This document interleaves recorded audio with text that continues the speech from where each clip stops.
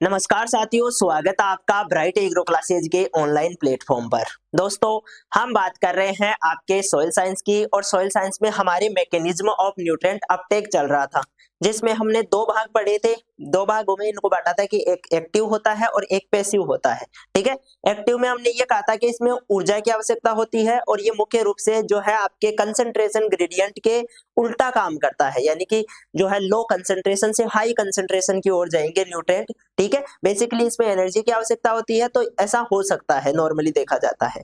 अब इसके बाद में क्योंकि वो दोनों मेथड हमने पढ़ लिए, एक तो कैरियर कंसेप्ट पढ़ा था जिसको हम जो है कैरियर प्रोटीन थ्योरी भी बोल देते हैं, एक हमने साइटोक्रोम की बात की थी। मैंने आपको कहा था कि मैं इसमें जो है आपके जो है डायग्राम ऐड करवा दूंगा, तो ये डायग्राम ऐड करवा दिए हैं, इनसे आपको और समझ में आ जाएगा। देखो, कैरियर जो कंसेप्ट है उसमें तो सिंपल सा ऐसा है कि ऐसी एक कैरियर प्रोटीन होती है। ठीक है, ये क्या करती है, एक्टिव होके, ये जो है एक्टिव साइट्स है इसकी, जो किसकी वजह से हुई है, ये मुख्य रूप से आपके एटीपी की वजह से ऐसा हुआ है, जब एटीपी यूज होता है उसके बाद में।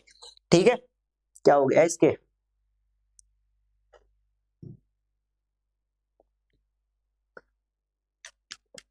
हाँ ये ठीक है। तो एटीपी की वजह से ऐसा हो जाता है। अब ये जो बाहर वाले जो जितने भी आयन होंगे ना, प्लस वाले, वो आके इससे चिपक जाएंगे, ये इनको ले जाकर कोशिका के अंदर ले जाकर छोड़ देगी। ये देखो, कोशिका के अंदर इनको पहुंचा दिया। ये बेसिक सा कंसेप्ट था, आप इस प्रकार से इनको समझा के आ सकते हो। ये यहाँ पर जो दिखाई दे रही है ना, ये वाली जो चीज है ना, ये इसका मतलब है ये सेल मेम्ब्रेन की बात हो रही है। ठीक है, जो झिल्ली है ना उसकी बात हो रही है।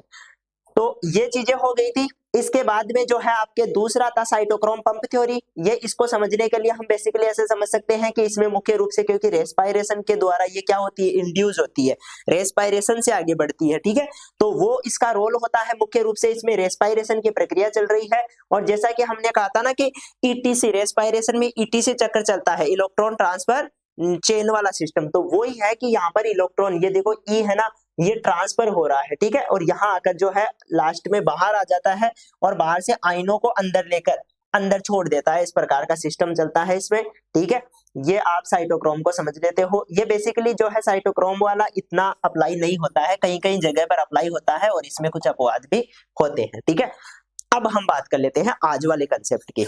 आज वाला हमारा क्या कंसेप्ट है, तो बेसिकली आज क्या देखने को मिलेगा, आज तो ना तो हमें कोई एनर्जी लगानी पड़ेगी, ना ही किसी प्रकार का कोई और माध्यम की आवश्यकता है। तो होगा कैसे, नॉर्मली कंसंट्रेशन के द्वारा। जैसे हम नमक की बात करते हैं ना, तो नमक में क्या होता है कि जब हम पानी में नमक डालते हैं तो नमक पूरी तरह से पानी में घुल जाता है। अब उसको किसी ने घोला नहीं, फिर भी वो घुल गया, इसका मतलब वहां पर किसी एनर्जी की आवश्यकता नहीं थी। तो तीन जो मेथड है आपके, इनमें आपके एनर्जी की आवश्यकता नहीं होती है। ठीक है, और ये बिल्कुल कंसंट्रेशन के हिसाब से काम करते हैं। तो इजी वे में चीजें आपको समझ में आने वाली है।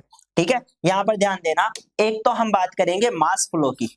ठीक है, मास का अर्थ क्या होता है दोस्तों, समूह में। मास का अर्थ क्या होता है, समूह में। यानी कि मान लो 10-12 जनों की भीड़ है और सबको मैंने एक साथ धक्का लगा दिया, ये क्या हो गया, मास फ्लो हो गया, यानी कि एक साथ बहकर जाना। फ्लो का मतलब एक तरह से बहना, कि फ्लो ही फ्लो में बहुत कुछ कह दिया। इसका मतलब क्या हुआ कि जो बहाव था उसी में हमने बहुत कुछ कह दिया। इसका मतलब पानी का भी एक तरह का बहाव होता है। तो ये जो आपका मास फ्लो होता है, ये पानी के बहाव के साथ न्यूट्रिएंट्स को बहाकर ले जाता है। ठीक है, और बहाकर ले जाकर कहाँ लेके जाएगा, तो जो जड़ें हैं उनके पास में ले जाता है, और जड़ों के कांटेक्ट में आते ही क्या कर लेती है, जड़ें उनको एब्जॉर्ब कर लेती है, उन न्यूट्रिएंट्स को खींच लेती है। तो ये जो पानी के साथ बहकर जा रहे हैं, इस चीज को हम क्या बोलते हैं, मास फ्लो कहते हैं। ठीक है, इस एग्जाम्पल को हम और अच्छे से समझना चाहे तो हम ये कह सकते हैं कि मान लो ये आपका कोई पौधा है। ठीक है, ये क्या है, कोई पौधा है, और इसमें मान लो आपने सिंचाई दी। ठीक है, और सिंचाई जल के साथ में आपने NO3 माइनस भी दिया है, यानी कि नाइट्रोजन का कोई भी उर्वरक दे दिया जिसमें NO3 माइनस था। अब ये न्यूट्रिएंट है, अब इसको जैसे ही पानी पिलाओगे आप, तो ये न्यूट्रिएंट भी उस पानी के साथ बहकर जाएगा। अब ये नीचे जा रहा है, नीचे जा रहा है, तो नीचे जाते ही जड़ों का एक जटिल तंत्र आ गया नीचे, क्योंकि जड़ें काफी जो है गहराई तक जाती है, और जो है उनके रोम होते हैं ना, वो बहुत ज्यादा फैले हुए रहते हैं, कणों में बिल्कुल बहुत ज्यादा फैले हुए रहते हैं। जब हम उखाड़ते हैं ना पौधे को, तो वो तो सिर्फ एक से मान के चलो कि 10% जड़ सिस्टम ही दिखाई देता है हमें, बाकी अतिरिक्त जो जड़ सिस्टम होता है वो तो मिट्टी के अंदर ही रह जाता है, वो तो टूट के वहीं पे रह जाएगा।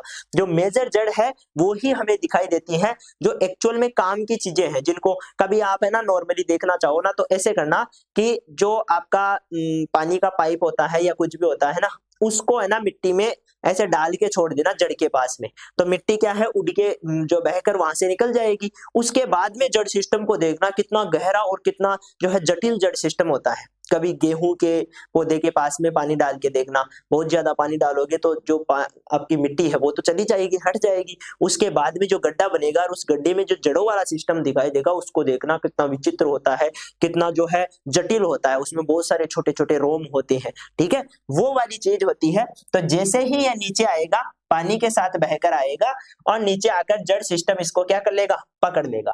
तो ये बहाव के साथ आ रहा था, इसलिए इसको हमने क्या बोल दिया, मास फ्लो। सिंपल है, इजी वे में आपको ऐसे समझना है। ठीक है, पहली बात। दूसरी बात, एक सिस्टम और है जो आपने पहले से ही साइंस में पढ़ रखा होगा, डिफ्यूजन, विसरण बोलते हैं इसको।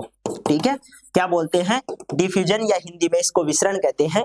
डिफ्यूजन का मतलब क्या होता है, ज्यादा कंसंट्रेशन से कम कंसंट्रेशन की ओर न्यूट्रिएंट का क्या करना, गमन होना, यानी कि उनका जाना। नॉर्मली क्या होता है, जैसे मान लो ये आपकी मिट्टी है, ठीक है, और इस मिट्टी में क्या है, इस मिट्टी में यहाँ पर जो है बहुत सारे न्यूट्रिएंट, एक ही प्रकार के न्यूट्रिएंट यहाँ पर बहुत ज्यादा है एक संख्या में। ठीक है, अब ये क्या करेंगे, ये जैसे ही इनको पानी मिलेगा और पानी मिलते ही इनका सॉल्यूशन बन जाएगा, और सॉल्यूशन में ये क्या करते हैं, हायर कंसंट्रेशन से लोअर कंसंट्रेशन की ओर जाते हैं। तो चाहे पानी का फ्लो नहीं हो रहा है, पानी तो एक जगह स्थिर है अभी, क्योंकि मिट्टी में क्या हो चुका है, वो स्थिर हो चुका है, एक जगह ठहर चुका है। अब इस अवस्था में क्या होगा, इस अवस्था में कंसंट्रेशन ग्रेडियंट के आधार पर, जो आपकी सांद्रता है उसके आधार पर, ज्यादा सांद्रता से कम सांद्रता की ओर न्यूट्रिएंट जाएंगे। हालांकि ये बहुत स्लो होता है, धीरे धीरे होता है, सामान्य आंखों से हम देखें तो पता भी नहीं चलेगा, हमें इलेक्ट्रॉनिक सूक्ष्मदर्शी से देखना पड़ता है, इनकी रफ्तार को बहुत धीरे धीरे स्लो स्लो जो है आगे बढ़ते रहते हैं।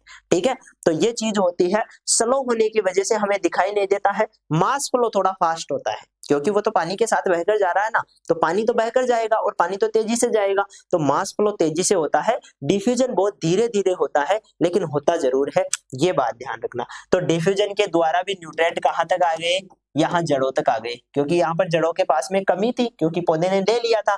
तो इधर से जो है चारों ओर से क्या हो जाते हैं, जितने भी न्यूट्रिएंट होते हैं वो जड़ों के पास में आते रहते हैं। जब भी पानी मिलेगा, सॉल्यूशन बनेगा, ये आ जाएंगे पास में। ठीक है, इस प्रकार से ये क्या होते हैं, मिलते रहते हैं।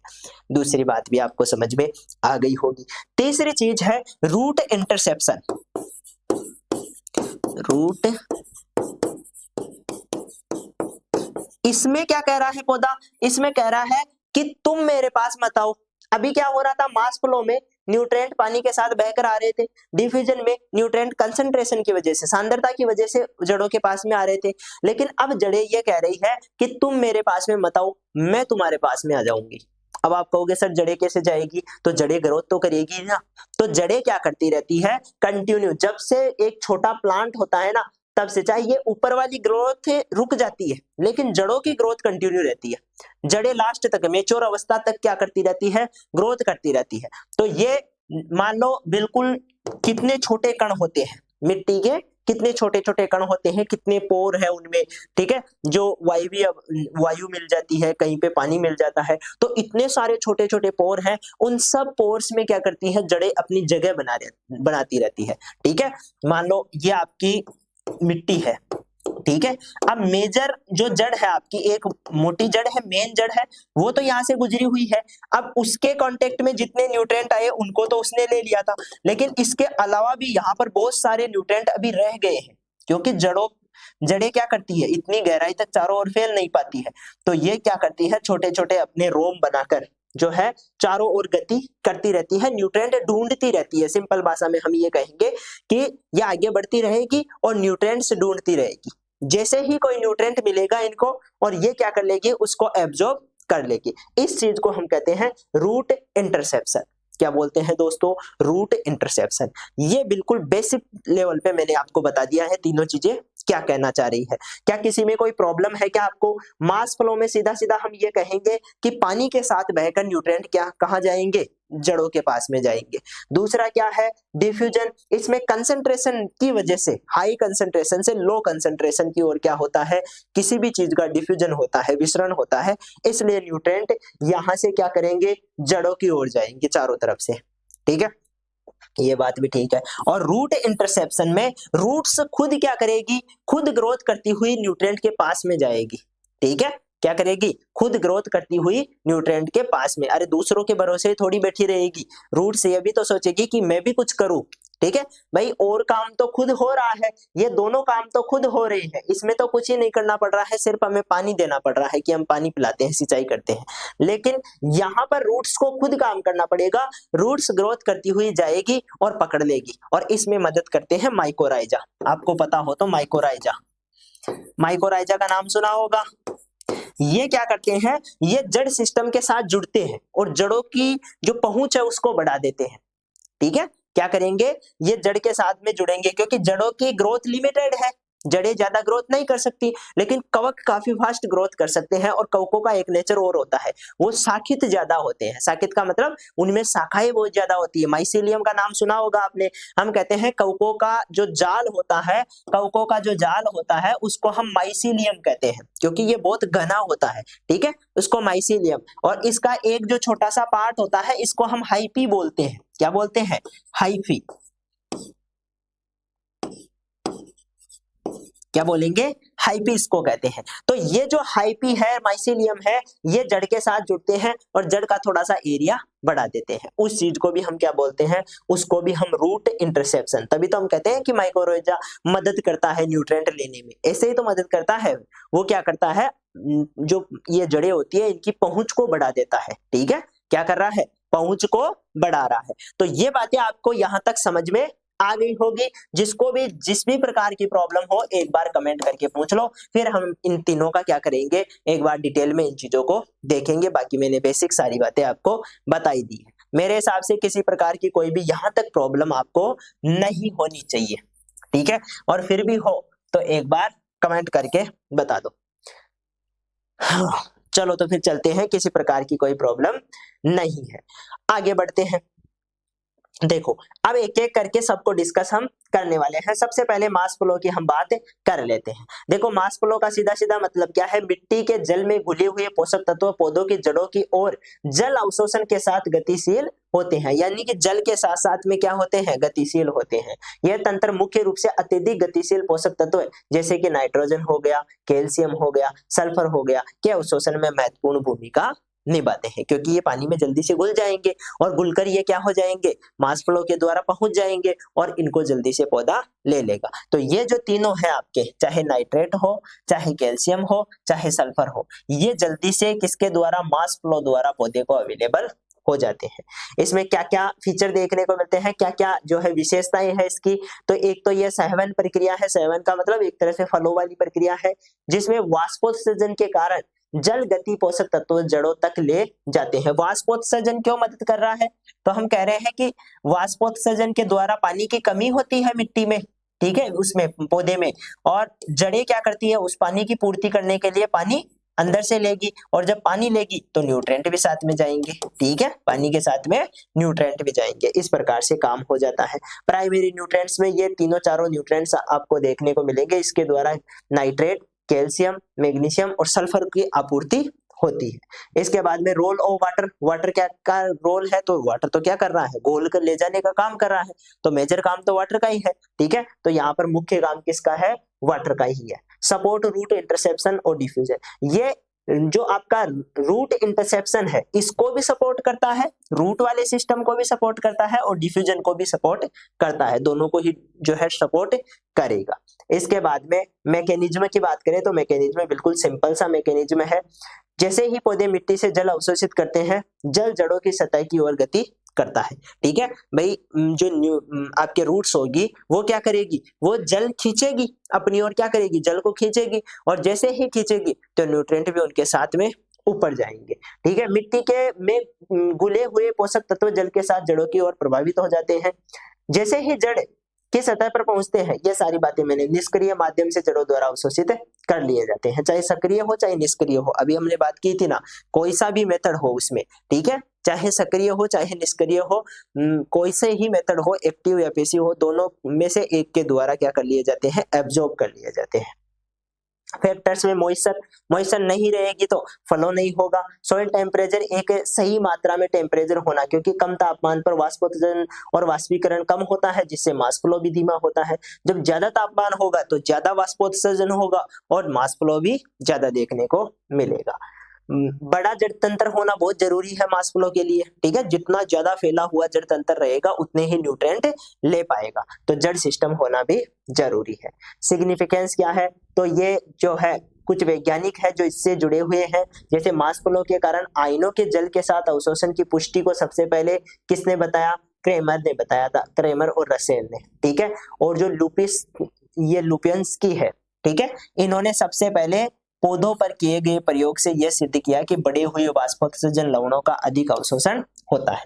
ठीक है, ये चीजें आपको ध्यान रखनी है। इसके बाद में इसका इंपॉर्टेंस, वही बातें कि ये क्या करता है, पौधों को जो है कुशलता के साथ न्यूट्रिएंट अवेलेबल करवाएगा। न्यूट्रिएंट में नाइट्रेट हुआ, मैग्नीशियम हुआ, कैल्शियम हुआ, सल्फर हुआ, ये न्यूट्रिएंट जल्दी से अवेलेबल हो जाते हैं। ठीक है, और तापमान इनके द्वारा प्रभावित होता है। ये तीनों चीजें आपको सारी इसके बारे में ध्यान रखनी है। इसके बाद में हम आगे चलते हैं और आगे बात करते हैं डिफ्यूजन इन न्यूट्रिएंट ट्रांसपोर्ट, यानी कि आपके ट्रांसपोर्ट करने में डिफ्यूजन का क्या रोल है। ठीक है, तो डिफ्यूजन मैंने बताया आपको क्या चीज है, ये सांद्रता से होने वाला, सांद्रता के द्वारा चलने वाला सिस्टम है। इसमें क्या होगा, ना किसी एनर्जी की आवश्यकता होगी। ठीक है, सिंपल क्या होगा, हाई कंसंट्रेशन से लोअर कंसंट्रेशन की ओर न्यूट्रिएंट्स क्या करेंगे, जो है गति करेंगे। ठीक है, ये चीज देखने को मिलती है। वह प्रक्रिया जिसमें पोषक तत्वों के आयन अधिक सांद्रता वाले क्षेत्र से कम सांद्रता वाले क्षेत्र में यादृच्छिक उष्मीय गति के माध्यम से स्थानांतरित होते हैं। यह प्रक्रिया मिट्टी के घोल में पोषक तत्वों की जड़ों तक पहुंचने में मदद करता है। ठीक है, इसके अलावा डिफ्यूजन क्या कर रहा है, तो सांद्रता के हिसाब से चल रहा है। डिफ्यूजन धीमी प्रक्रिया है, मैंने कहा था बिल्कुल धीमी प्रोसेस है, स्लो चलता है। ठीक है, डिफ्यूजन बिल्कुल स्लो प्रक्रिया है, एकदम धीरे धीरे चलेगा, लेकिन मास फ्लो थोड़ा तेज होता है। ठीक है, क्योंकि वो तो पानी के साथ बहकर जाता है ना, इसलिए इसमें जो मुख्य रूप से पोषक तत्व है उनमें एक तो फास्फोरस होता है, एक पोटास होता है, एक जिंक होता है, एक आयरन होता है।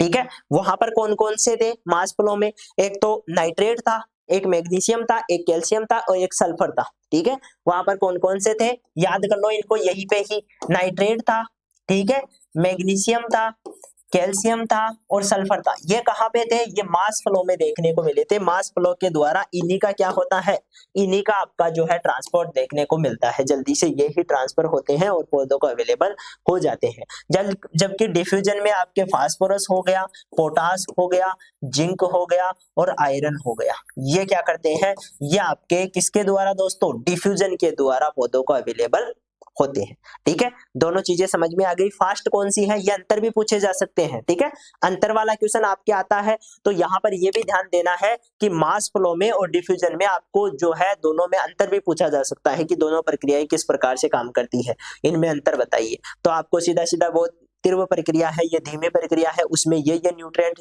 जैसे कि नाइट्रेट हो गया, कैल्शियम हो गया, मैग्नीशियम हो गया, सल्फर हो गया और यहाँ पर आपको जो है फास्फोरस हो गया, इसके अलावा हम कहते हैं कि आपका पोटास हो गया। ठीक है, ये सारे आयरन और जिंक हो गया, ये सारे क्या होते हैं आपके इसी के द्वारा ट्रांसफर किए जाते हैं। अर्थात इसमें हम ये भी कह सकते हैं कि ये कंसंट्रेशन के हिसाब से चलता है डिफ्यूजन। ठीक है, हायर कंसंट्रेशन से लो कंसंट्रेशन की ओर, वहां पर कंसंट्रेशन का कोई फर्क नहीं पड़ता है, वो फ्लो के द्वारा चलते हैं। ठीक है, पानी के बहाव के साथ बहते हैं। इस प्रकार के चीजें आपको सारी ध्यान रखनी है। ठीक है, ये डिफ्यूजन ग्रेडियंट का मतलब कंसंट्रेशन से ही होता है।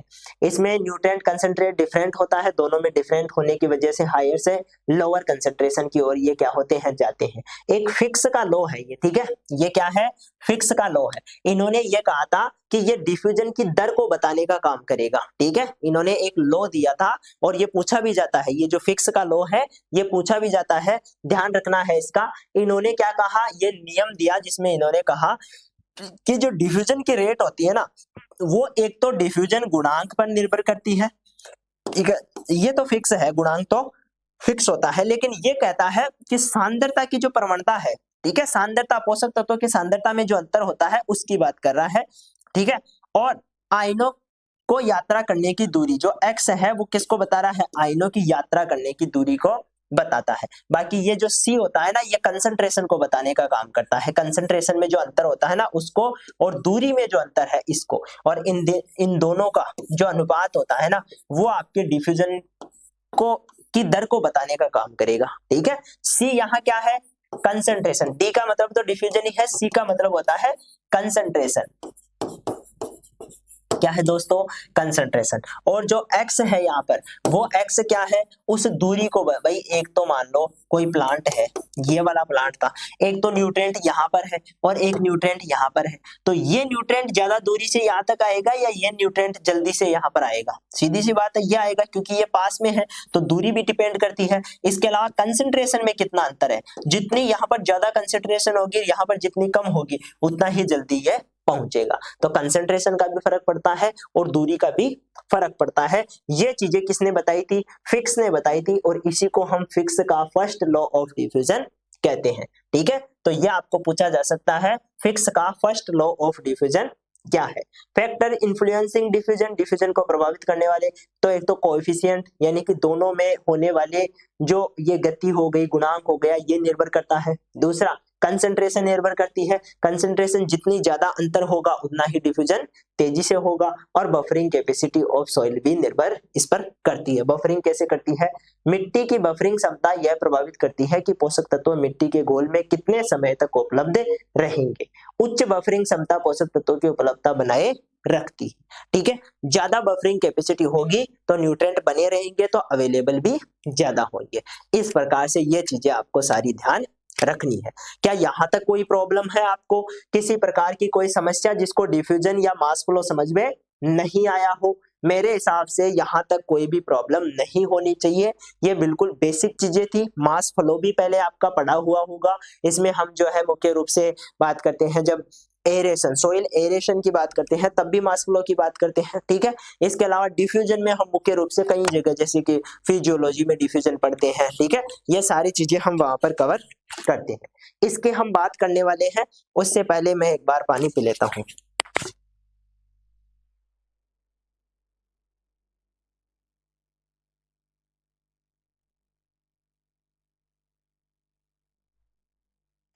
चलो जी, तो ये हम बात करने वाले हैं। अब किसकी बात करेंगे, तो रूट इंटरसेप्शन की हम बात करने वाले हैं।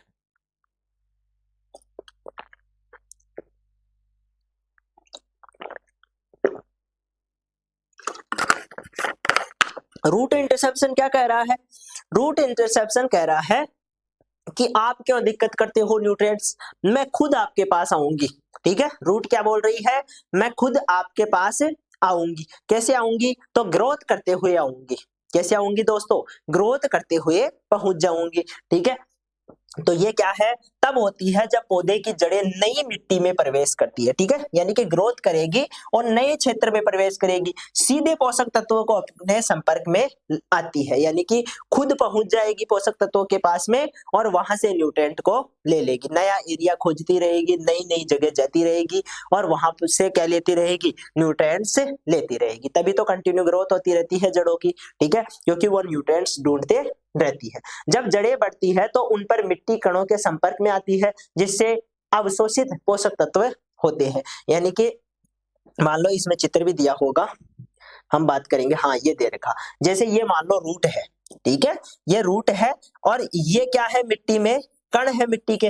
तो ये क्या करती है, जैसे जैसे रूट, ये माइकोराइजा भी बता रखा है एक एग्जांपल के तौर में, माइकोराइजा भी आगे बढ़ाता है इसको, ठीक है। मान लो माइकोराइजा नहीं भी हो तब की बात है कि जब रूट जितनी ज्यादा बढ़ती रहेगी, अब मान लो यहाँ से एक रूट अपनी निकलती है और यहाँ पर पहुंच जाती है, तो यहाँ पर जितने भी न्यूट्रिएंट होंगे उनको एब्जॉर्ब कर लेगी, उनको ले लेगी, ठीक है। तो इस प्रकार से जो है रूट इंटरसेप्शन होता है, रूट खुद पहुंच जाती है किसके पास में, आपके न्यूट्रिएंट के पास में, ठीक है। तो संपर्क में आ जाती है। पोषक तत्वों का आदान प्रदान जड़ सतह और मिट्टी कणों के बीच में होता है, जिसे हम कॉन्टेक्ट एक्सचेंज के रूप में या फिर एडजॉर्प्शन एक्सचेंज के रूप में जानते हैं। इन चीजों का आप ध्यान रखना। कॉन्टेक्ट एक्सचेंज क्या है और एब्जॉर्प्शन एक्सचेंज क्या है, अभी हम इनकी बात करेंगे, इन दोनों की भी बातें करेंगे। लेकिन उससे पहले ये समझ लो कि कणों के पास में कौन पहुंच जाती है, जड़ें पहुंच जाती है, और जड़ें क्या ले लेती है, वहां से कॉन्टेक्ट में आते ही एब्जॉर्प्शन कर लेती है। ठीक है, इफिशियंसी ऑफ रूट इंटरसेप्शन की बात कर लेते हैं।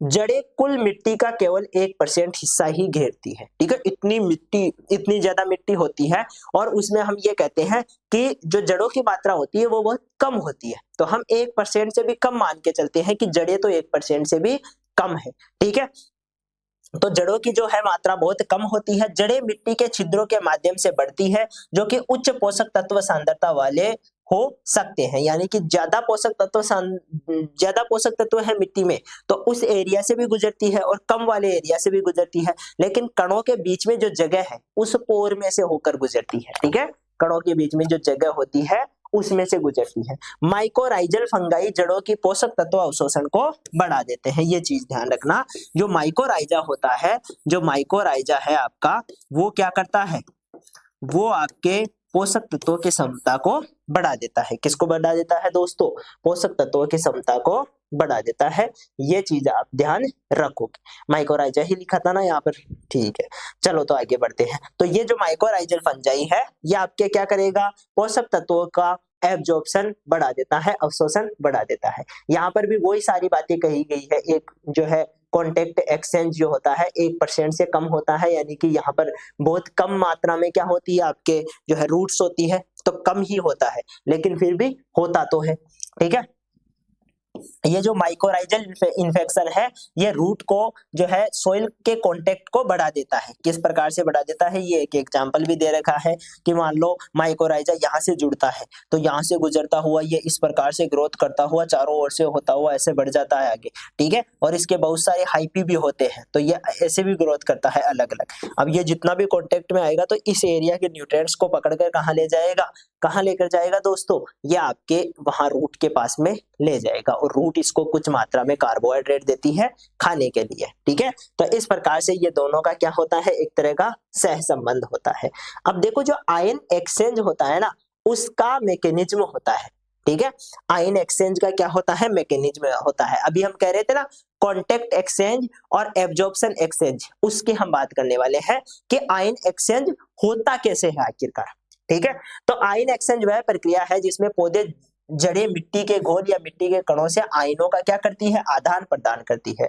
यह पौधों का आवश्यक पोषक तत्वों की निरंतर आपूर्ति सुनिश्चित करता है। ठीक है, इसमें हम ये कह रहे हैं कि आयन विनिमय की प्रक्रिया, जो आयनों का एक्सचेंज होता है, उसकी प्रक्रिया के दो सिद्धांत है। ठीक है, क्योंकि आपके एक तो मिट्टी में धनायन भी होंगे, जैसे कि कैल्शियम +2 एक धनायन है, मैग्नीशियम +2 एक धनायन है, जिंक +2 एक धनायन है। तो कुछ तो धनायन होते हैं और कुछ ऋणायन भी होते हैं, NO3- हो गया, POH2PO3- हो गया। तो इस प्रकार के जो है ऋणावेशित भी होते हैं। तो ये दो धनावेशित और ऋणावेशित कणों को क्या करते हैं, दोनों को ही कॉन्टेक्ट एक्सचेंज के द्वारा, ठीक है, एक्सचेंज करके इनको जो है पौधे के द्वारा पूर्ति की जाती है। अब कैसे की जाती है उसकी हम बात करते हैं। आयनों के एक्सचेंज को समझने के लिए दो थ्योरीज दी गई है। क्या दी गई है, दो सिद्धांत दिए गए हैं। इनमें पहला तो है कॉन्टेक्ट एक्सचेंज थ्योरी। अभी हम बात कर रहे थे ना रूट इंटरसेप्शन में, उसमें हम कह रहे थे भाई कॉन्टेक्ट एक्सचेंज के द्वारा न्यूट्रिएंट ले लेती है। अब कैसे लेती है उसकी हम चर्चा करते हैं। देखो, कॉन्टेक्ट एक्सचेंज थ्योरी का मतलब सीधा सीधा यह है, पोषक तत्वों को मिट्टी के पानी में घुलने की आवश्यकता नहीं होती। ये सीधे मिट्टी के कण, कले जो कण होते हैं आपके, जो माइसेल्स होते हैं, उनकी जड़ों की सतह के बीच में विनिमय हो जाता है। अब देखो, इनको समझने की कोशिश करो। यहाँ पर देखो, ये है, ये क्या है, मिट्टी के कण है। ठीक है, क्या है दोस्तों, मिट्टी के कण है, और जड़ यहाँ से गुजर रही है। ठीक है, तो जड़ बिल्कुल इनके कांटेक्ट में आ गई है। ठीक है, जड़ क्या हो गई है, बिल्कुल कांटेक्ट में आ गई है। तो क्या यहाँ पर पानी की आवश्यकता होगी? बिल्कुल नहीं होगी, क्योंकि जड़ें डायरेक्ट ही न्यूट्रिएंट किससे ले लेगी, कले से ले लेगी। कले पर क्या होता है, एक बार पहले भी मैंने आपको बताया था, कले सबसे छोटा कण होता है और इस पर ऋणावेश होता है। ठीक है, क्या होता है, ऋणावेश। तो ये क्या करता है, अपने ऊपर धनावेश को चिपकाए रखता है। ठीक है, धनावेशित कणों को अपने ऊपर क्या कर लेता है दोस्तों, चिपका लेता है। अब जैसे ही जड़ इनके पास में से जाएगी तो जड़ एक तो हाइड्रोजन आयन बाहर छोड़ देगी। ठीक है, जड़ क्या करेगी, हाइड्रोजन आयन बाहर छोड़ देगी और यहां से सोडियम आयन अंदर ले लेगी। 2 हाइड्रोजन के आयन दोबारा से छोड़ेगी और कैल्शियम अंदर ले लेगी। इस प्रकार आयनों का विनिमय हो रहा है। क्या हो रहा है, आयनों का एक्सचेंज हो रहा है। भाई ऐसा थोड़ी है कि एक तरफ से ही जो है आयन जा रहे हैं, दूसरी तरफ से नहीं आ रहे हैं, नहीं, दूसरी तरफ से भी आते हैं। यानी कि आयनों का क्या होता है दोस्तों, एक्सचेंज होता है। ठीक है, इस चीज को आपको समझना है। तो ये जो है आयनों का एक्सचेंज होता है, इसमें जल की आवश्यकता नहीं है और सीधा सीधा एक्सचेंज कर लेता है। तो मिट्टी की कणों की सतह पर ऋणावेश चार्ज होता है जो कि कले पर पाया जा रहा है। ये धनावेशित को आकर्षित कर देते हैं और पौधों की जड़ों की कोशिकाओं में धनावेशित हाइड्रोजन आयन मौजूद होता है। ठीक है, जो कि जड़ें मिट्टी के कणों के संपर्क में आती है तो H+ आयन मिट्टी से और से पोटेशियम कैल्शियम आयन अन्य धन आयन के साथ विनिमय कर लेता है। यानी कि H+ को देता है, दूसरे जो प्लस है पोटेशियम हुआ कैल्शियम हुआ इनको ले लेता है, इनसे क्या कर लेता है, ले लेता है। ये चीज देखने को मिलती है। ठीक है, यह विनिमय कले और रूट सतह पर उपस्थित आयनों के दौलत यानी कि ऑसिलेशन स्पेस के ओवरलैप के कारण ऐसा होता है। यानी कि जो जड़ें होती है वो ऊपर आकर चिपक जाती है कणों के ऊपर और दोनों कांटेक्ट में आ जाती है, जिसके कारण ऐसा होता है। ठीक है, यह चीज भी आपको ध्यान रखना है। यहाँ पर मुख्य रूप से जड़ें H+ आयन निकालकर मिट्टी के कले जो माइलेज होते हैं, माइसेल होते हैं, उसके ऊपर से H+ आयन का विस्थापन करती है, जिससे कि पोटेशियम पौधे के लिए उपलब्ध हो जाता है। ठीक है, तो सिर्फ पोटेशियम ही नहीं, कैल्शियम मैग्नीशियम जितने भी प्लस वाले आयन है वो इसी के द्वारा प्राप्त होते हैं। ठीक है, तो इनका महत्व क्या है, सीधा सा पोषक तत्व अवेलेबल करवाता है। यहाँ पर ध्यान देना है, ये कले है। ठीक है, ये क्या है, कले है। अब ये जो कले के कण है इनके ऊपर क्या उपस्थित है, पोटेशियम उपस्थित था, मान को ऐसे चलो। ठीक है, और पोटेशियम को ये क्या कर देता है, जो रूट्स होती है वो हाइड्रोजन यहाँ भेज देती है और पोटेशियम को अपने अंदर ले लेती है। इसी प्रकार यहाँ पर पहले मान लो हाइड्रोजन यहाँ था और पोटेशियम यहाँ था, अब ये जो है हाइड्रोजन यहाँ आ गया, पोटेशियम यहाँ चला गया। इसी प्रकार से दोनों तरफ चलता रहता है। ठीक है, तो ये एक ही चीज को दर्शा रहे हैं और वो है कॉन्टेक्ट एक्सचेंज थ्योरी, दोनों कॉन्टेक्ट में आकर एक्सचेंज कर लेते हैं। ठीक है, यह चीज आपको ध्यान रखनी है।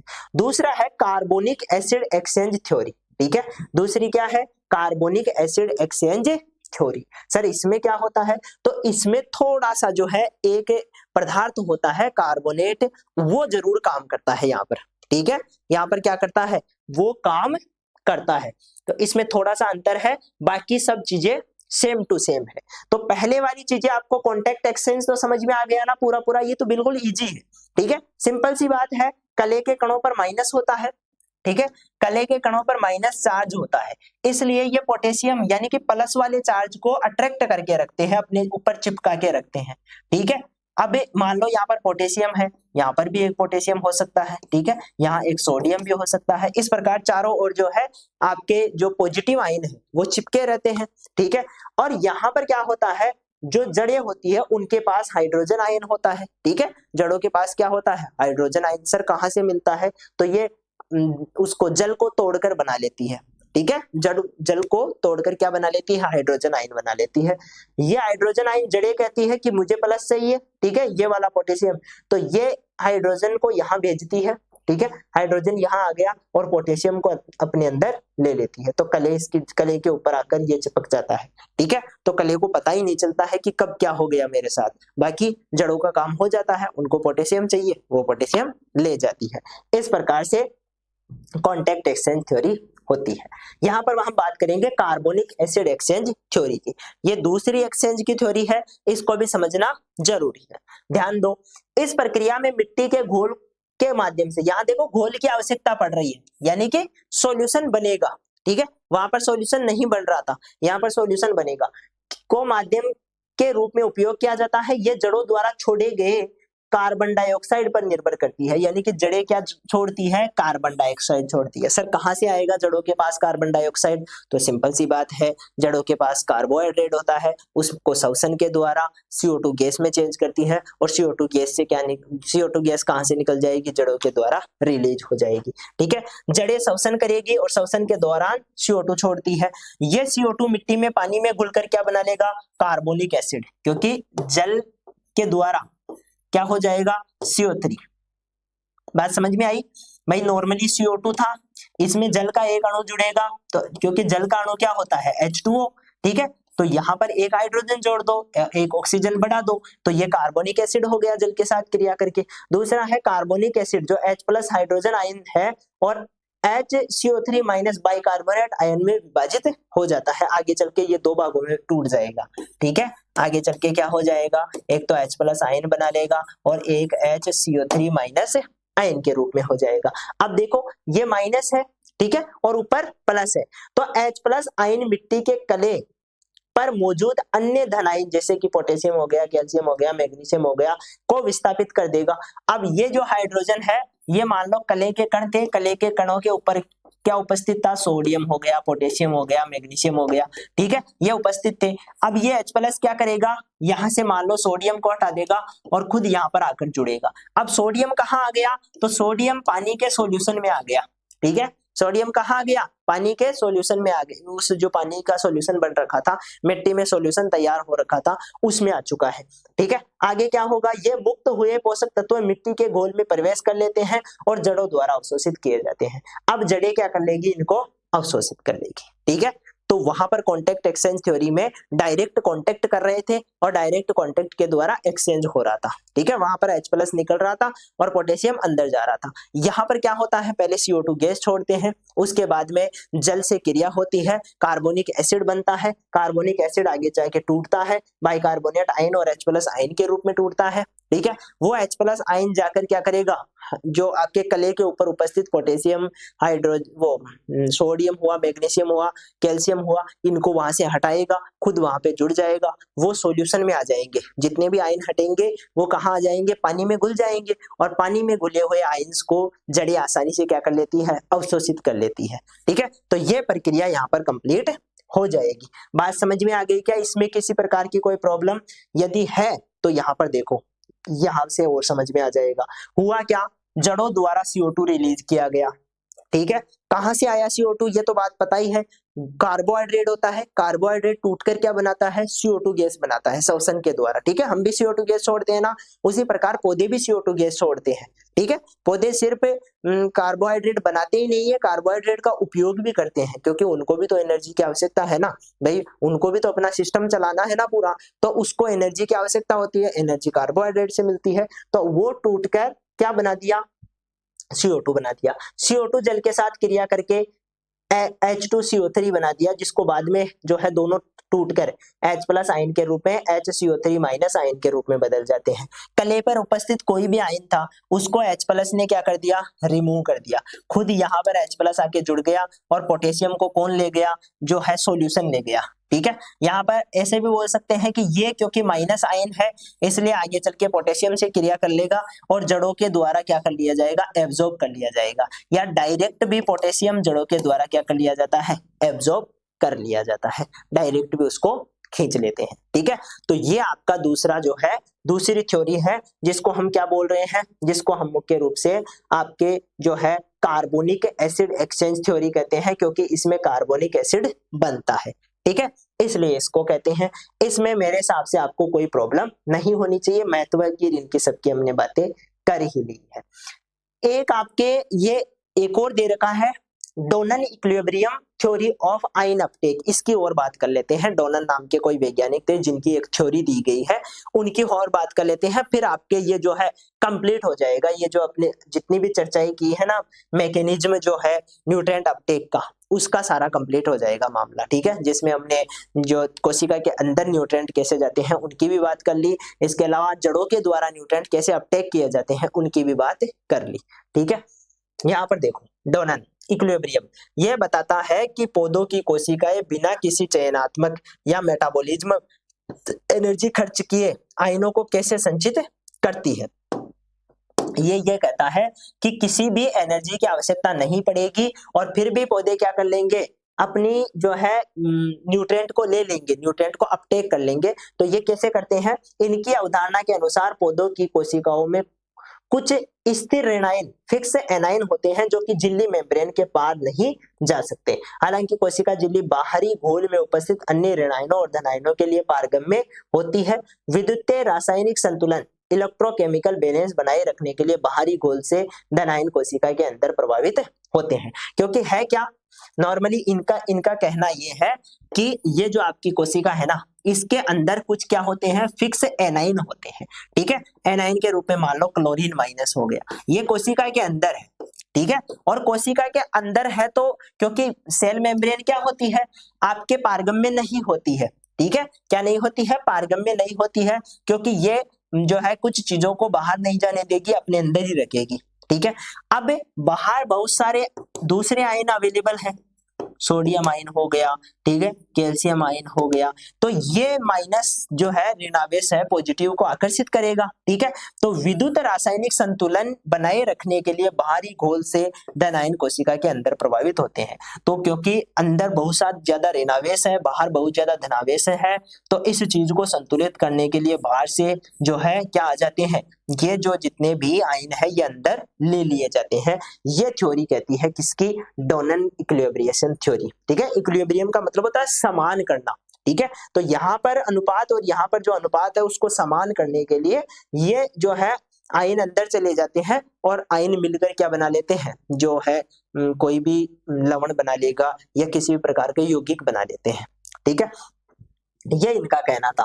ठीक है, कैसे काम करता है, तो इनके अनुसार जब कोशिका के अंदर स्थित ऋणावेश जो फिक्स होता है, यदि पौधे की कोशिका के अंदर ऋणावेश चार्ज वाले स्थिर ऋणायन होते हैं तो बाहरी घोल से अधिक धनायन वाले कोशिका में प्रभावित होते हैं, वो अंदर चले जाएंगे। इससे कोशिका के अंदर धनायन का अधिक संकेंद्रण हायर एक्यूमुलेशन होता है और कोशिका के अंदर क्या हो जाएगा, जो आपके एनायन या धनायन है इनका एक्यूमुलेशन हो जाएगा, वो जाकर इकट्ठे हो जाएंगे। ये सिंपल डोनेन का क्या है, इक्विलिब्रियम है। ठीक है, सीधा सीधा हम ये कह सकते हैं कि कोशिका के अंदर ऋणावेश होते हैं, उस ऋणावेश की पूर्ति करने के लिए कोशिका बाहर से धनावेश ले लेती है और दोनों इक्विलिब्रियम, दोनों समान मात्रा में वहां पर हो जाते हैं। इसी को हम डोनन इक्विलिब्रियम के रूप में जानते हैं। ठीक है, तो इसमें भी आपको ज्यादा प्रॉब्लम नहीं होनी चाहिए थी मेरे हिसाब से आपका, क्योंकि हमने जो है मैकेनिज्म ऑफ न्यूट्रिएंट अपटेक सारा पढ़ लिया है, जिसमें हमने एक्टिव की भी बात की, पैसिव की भी बात की, एक्टिव में जो मेथड है उनकी भी बात की, पैसिव वाले जो मेथड है उनकी भी बातें कर ली है।